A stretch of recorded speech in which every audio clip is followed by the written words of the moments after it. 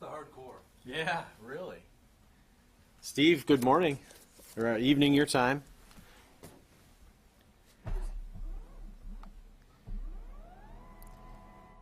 All right, we'll get started. Steve, are you hearing us? Steve, are you hearing us? I can hear you loud and clear. How do you hear me? Good. All right, everybody, welcome. Good morning. Thank you for joining us for Colonel Steve Warren briefing us live from Baghdad from Operation Inherent Resolve. Steve, over to you. Operation Inherent Resolve. Steve, over to you. Thanks, Jeff, and good morning, Pentagon Press Corps. I have kind of a short opening. I want to do a very quick operational update and then straight to questions. So please bring up the map if you would. And here we go. In the suburbs east of Ramadi, which is star 1 on your map, the ISF continue clearance operations. To the east, they are moving from Lake Tharthar towards Fallujah. Coalition forces have supported ISF in the lower Euphrates River Valley with dozens of airstrikes over the past several days. Over the weekend, ISIL attacked ISF positions in the vicinity of the Al-Fatah Bridge, which is north of Beji. The ISF successfully repelled the attackers, killing more than a dozen ISIL fighters. The Iraqi Air Force has been active in this area as well, conducting effective strikes against ISIL in the Makhul Mountains. Moving to Syria and the Mara Line, Syrian opposition forces, supported by devastating coalition air power, liberated the Syrian village of al-Bali from ISIL on January the 30th. Fighting along the Mara Line continues, with both forces conducting offensive operations. Our operations are hurting this enemy. We've hit their finances, both cash and oil. We've shrunk their so-called caliphate. We've disrupted their lines of communication. We've decimated their ranks and shaken their leadership. Proof of the pressure ISIL is feeling is the increase in forced conscription throughout Iraq and Syria, which shows that voluntary recruitment is no longer sufficient to meet their needs. Additionally, we've seen an uptick in reports of desertion, and more importantly, we've seen ISIL execute its own fighters for fleeing the battlefield. With that, Bob, what's your question? Warren, I've got a couple questions for you. Is the U.S. military going to play any role in this announced Italian contract to fix or shore up and secure the Mosul Dam? And my other question is, yesterday Secretary Carter said that that the U.S. is running low on certain kinds of precision munitions in this air campaign. I'm wondering if you can explain whether that's not some sort of limitation on the air campaign.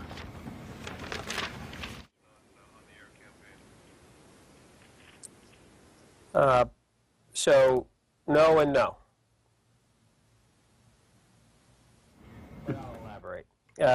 So we are not, the U.S. military, and in fact the coalition is not involved in the Mosul Dam piece. This is something that the Iraqi government is in charge of and is conducting its international business. On the bombs, so the availability of munitions has not impacted our operations here. Obviously, the Department of Defense will prioritize supply to where it's needed. And as an active battlefield, obviously, priority of supply will come to us. So has not had an impact on our ability to conduct our operations at all.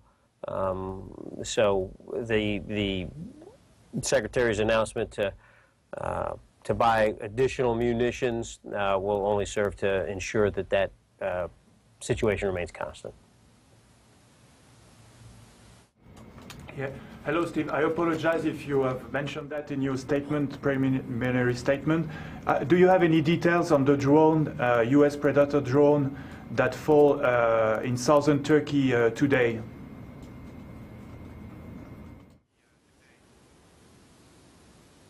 I don't have any details of that. Is in Turkey, that would be really a U.S. European Command asset. So they'll probably have a better set of answers for you, but I don't have any additional details. Okay. I have another question. Can you update us on the deliveries of F-16 aircraft to the Iraqi army? A first batch of 4 aircraft had been delivered earlier, but I've heard that there is a second batch of aircraft, F-16, that has been delivered. Can you update us on that?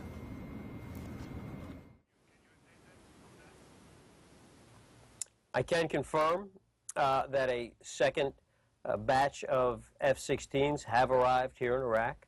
It's a quantity of 2, which brings the total count of F-16s here in the Iraqi Air Force up to 6. The Iraqis purchased a grand total of 36 F-16s for use, and so far 6 of them now are on the ground.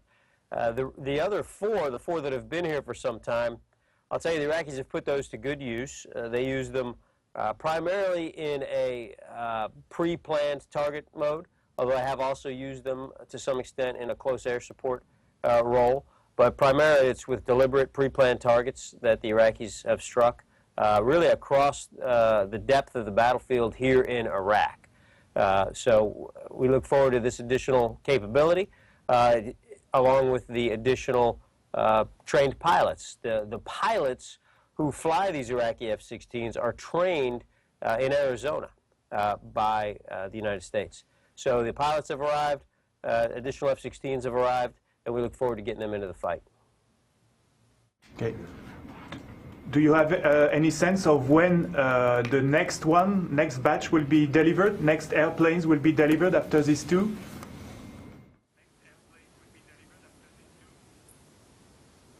Laurent, I don't have that date for you. I'll tell you the limiting factor has been pilot generation. So the flight school takes over a year, and in some cases, I think the flight lead, it could be as long as up to 2 years before a pilot is fully trained. So I don't have a status on the training. The Air Force might be able to help you with that. I don't have that data, but we bring the F-16s in as pilots are available. Hi, Colonel Warren. It's Gordon Lubold. Couple just kind of update questions. One is the 2 brigade sets headed to Erbil. Are those still scheduled for arrival? Not until now March next month. And what's the status of what's the assessment of Islamic State's ability to supply Raqqa after the coalition operations that, essentially secured or tamped down that supply line?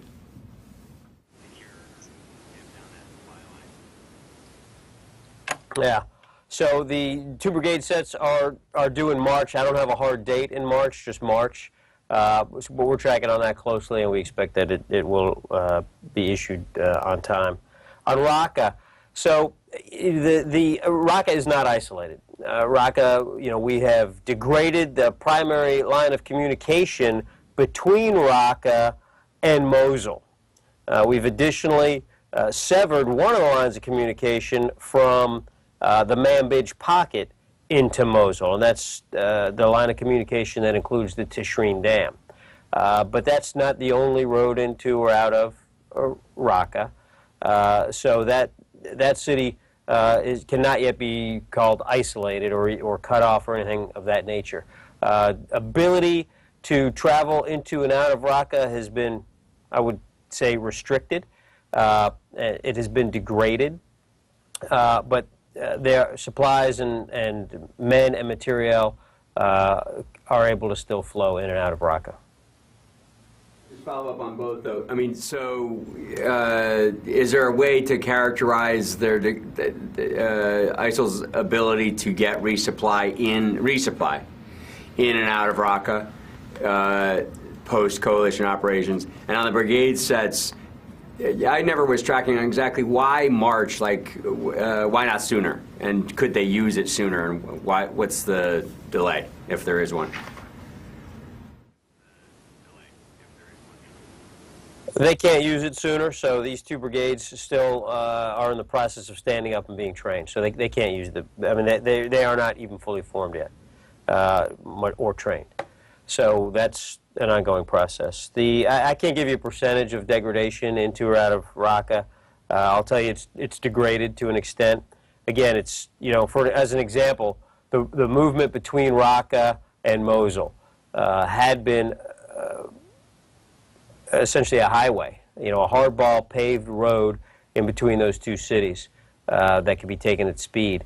With access to that highway now in friendly forces control, any ISIL movement between those cities must now go to secondary roads and even tertiary roads. So often dirt trails. Some of these dirt trails involve these kind of makeshift bridges that go over culverts. We've struck some of those culverts or some of those bridges over culverts to further degrade the ability to move along these secondary roads.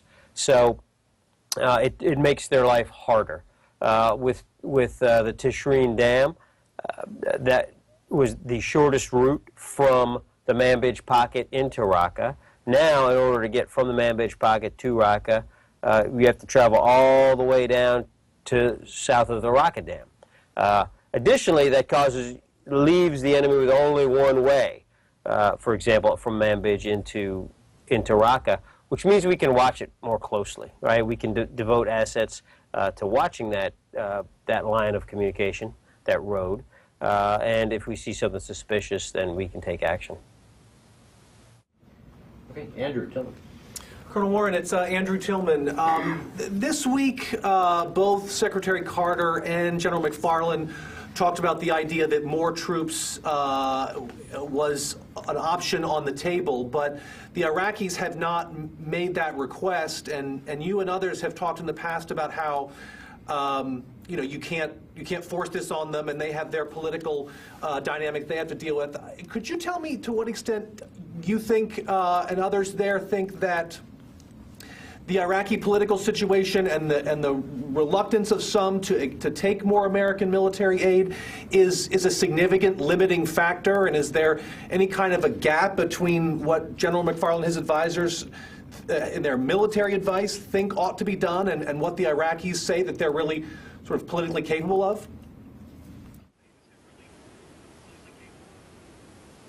Well, first off, I remind you, General McFarland very specifically said he thinks less in terms of troops and more in terms of capabilities. Some capabilities involve troops, others do not. So that's, I think, the first point that needs to be out there.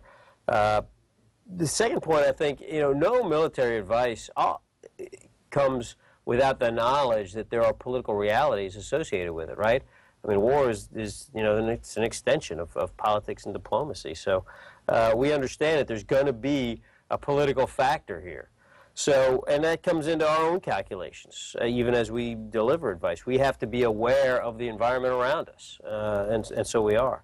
So there's not a big disconnect now. You know, we continue to work with the Iraqis to determine how we can best support their operations, but it's their operations that we're supporting. And so we're working with them within their constraints and limitations.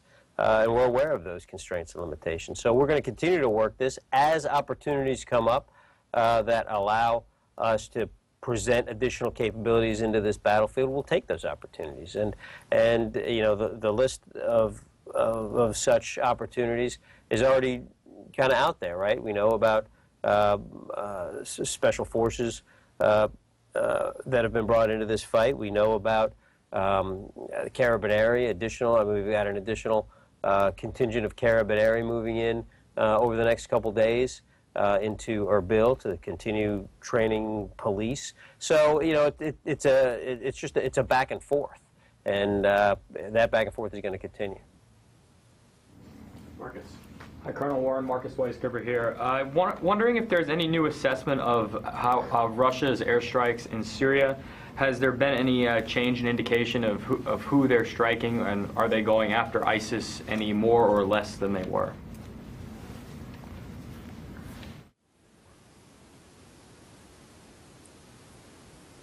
Hi, Marcus. Thanks. The Russians at this point have made it very clear that their offensive operations, their strikes, are in support of Bashar al-Assad and his regime. That is the focus of Russian airstrikes.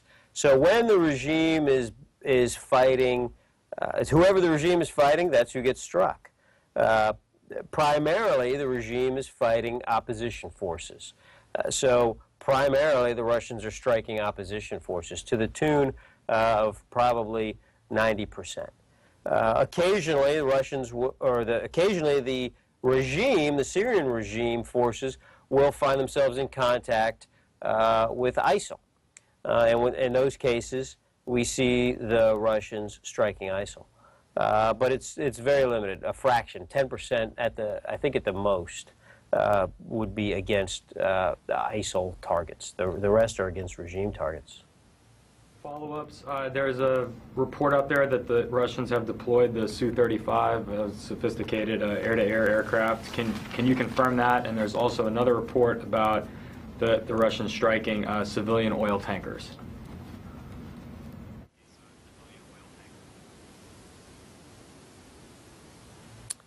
Well, I've seen those reports too. We're not prepared yet to confirm it, but we have seen the reports. The Russians released video of them striking oil tankers maybe a month ago. I'm not tracking any additional tanker strikes since then. Wait, Courtney. Hi, Steve. The Daily Beast had a story, I think it was yesterday, saying that despite the fact that the total number of U.S. troops is supposed to be capped at, I think it's 3,750, that there's actually about 4,500 U.S. troops in Iraq right now. What is the actual number? Keeping in mind, I know that there are some who come and go and whatnot, but what is the actual number of U.S. troops in Iraq right now? Yeah, so you're right. Our cap is it's 3870, I think, is the actual cap for forces assigned here. There are other forces, me for example, who come in on a temporary duty status. That's a low number. I don't, Courtney, have the exact number, so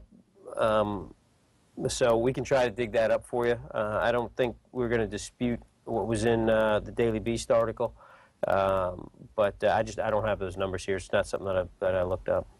Fair to say that that there are generally several hundred more U.S. troops on the ground in Iraq on a day-to-day basis than the cap allows for, than the 3,800?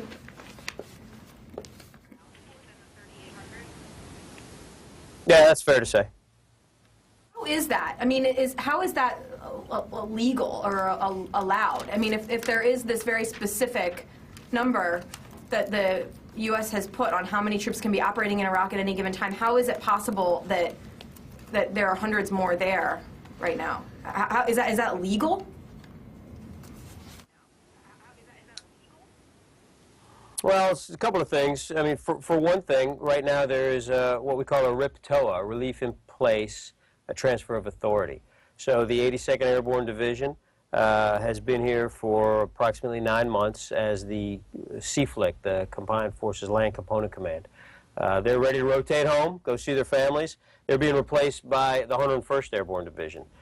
So during that people can't just leave, have nobody there, and the next day come in, right? That wouldn't make any sense at all. So it's a rotation, and so there's naturally going to be overlap there. And the same is true for our trainers. The same is true who come from a different unit, the 10th Mountain Division. The same is true for some of our force protection personnel who come from yet different units, possibly even the United States Marine Corps and others. So there's this continuous churn, right, of turnover. And so there's always going to be some of these double slottings, which accounts for a significant amount of this overage, right? It's turnover. Additionally, there's always people cycling through here, right? The Inspector General comes through for 30 days to, inspect how well we're doing training. They bring a team of 25 or whatever the case may be, and they'll stay here for a month. Well, there's 30 more. So, and that adds up over time, right? Well, we got some logisticians who want to show up and re-look at how we're moving food from, how we're supporting troops at Al-Assad to make sure they're getting what they're supposed to have. And they'll stay here for a couple of weeks. In fact, we sent we've got two guys coming from defense media activity to take a look at our studio here, try and make me look better, which is going to be a hard thing for them to do. So there's that continuous churn of people coming in, checking on things, and moving out. Additionally, there's personnel here that are part of a turnover. So there's always going to be some overage there. As far as illegal, it's policy, right? The policy is that we're going to have 37 or 3870, and let me check that number for you. I think it's right. So it's just the policy, and that's it. Lucas. Colonel Warren, the United Nations says that there are over 500,000 Syrians that are cut off from humanitarian assistance. Is there any plans for the U.S. military to help with that assistance?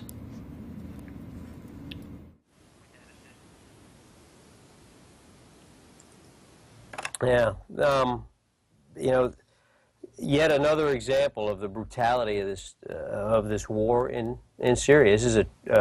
This is a terrible tragedy, this war, and there's suffering throughout Syria. The United Nations really has the lead for humanitarian relief. The purpose of the CJTF-OIR is to defeat ISIL, and that's our focus. But there are others whose focus is on relief, and we'll, of course, support them if asked and able, but our focus is the defeat of ISIL. Any kind of armed escorts for its convoys in Syria?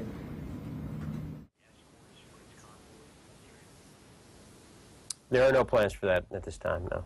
One more. Are the Russians preventing this humanitarian aid from getting to its destination in Syria? Are Russian airstrikes blocking the aid from getting where it needs to go? I have not seen examples of Russian airstrikes blocking the aid. What we have seen is examples of Russian conduct supporting the Assad regime, which is preventing the aid from getting to where it needs to go. Barbara Starr. Colonel Warren, it's Barbara. Two follow-up questions. On Courtney's question on TDY, can you please just go ahead and take the question? You said you didn't dispute Daily Beast numbers, but can you go ahead and take the question? On a regular basis, what is the average number of TDY people in Iraq? And do you have a policy for a cap on that? Because you can't just not know how many people are coming through. You have to be able to support them. So what is the TDY cap? What is the average TDY personnel, military personnel in Iraq? And on the Su-35, I'm not sure I understood your answer about not ready to confirm it, because I would have to think the U.S. Air Force and the U.S. military knows whether there's Su-35s flying in Syria. So what's the deal?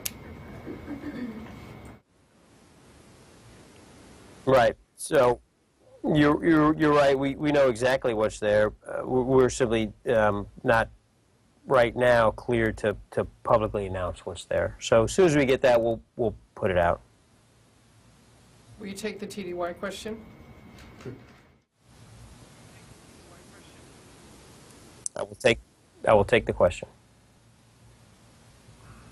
Anybody else? Carla. Hi, Colonel Warren. Quick question about Russia. Has there been any more close encounters in the air over Syria or Iraq with the Russians?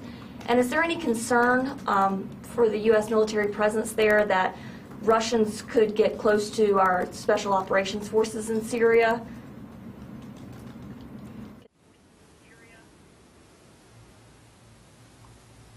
There have been no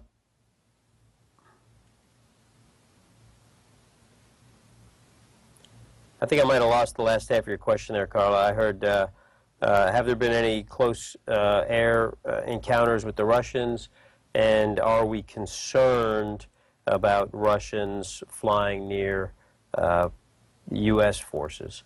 So, no, there have not been any notable close air encounters with the Russians recently. Yeah, well, of course, we're always concerned about our forces, no matter where they are. Force protection is always our number one concern.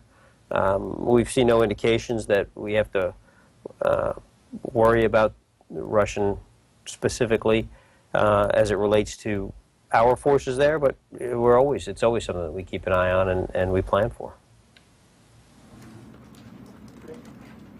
Steve, hey, it's Louis with ABC. In the past, you talked about those strikes, the airstrikes on those two banks, striking at the dash cash, as you call it. There was a report out yesterday, also in the Daily Beast, that cited dollar amounts that might be associated with it. In the past, you talked about tens of millions. This one was much significantly higher. The estimate was maybe between $500 million and $750 million. Can you confirm or say that those numbers are within the range of what the amounts that were struck?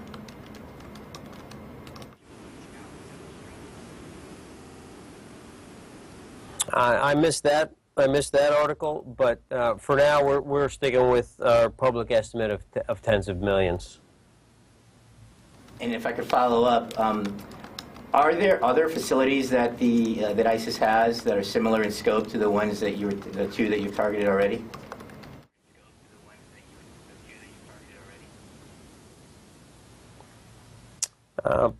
So if I tell you the answer to that question, it will help our enemy know what we know about them, so I'm going to keep that one to myself. But understand this, we will continue to target ISIL's ability to fund its terror activities, whether it's striking oil, whether it's striking money, whether it's striking other ways that they have of funding themselves. This is a legitimate target for us, and we will continue to pursue them. Lucas. Colonel Warren, would you like to see Russian airstrikes in Syria stop during these peace talks in Geneva?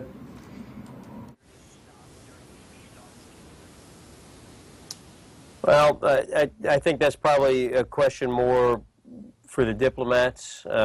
What I would like to see is Daesh defeated as rapidly as possible so that we can get the people of Syria on a path towards normalcy. Thank you. All right. Well, one more. Louis. Steve, Louis again. In your opening statement, you mentioned, when you talked about Ramadi, you said that ISF forces were pushing towards Fallujah as well. What are you referring to there? Are you talking about a push towards Fallujah, like an offensive now? I think that the city there has also been surrounded for a while. But is this a combined action that you're talking about? Now, this specifically, it might have been a little unclear.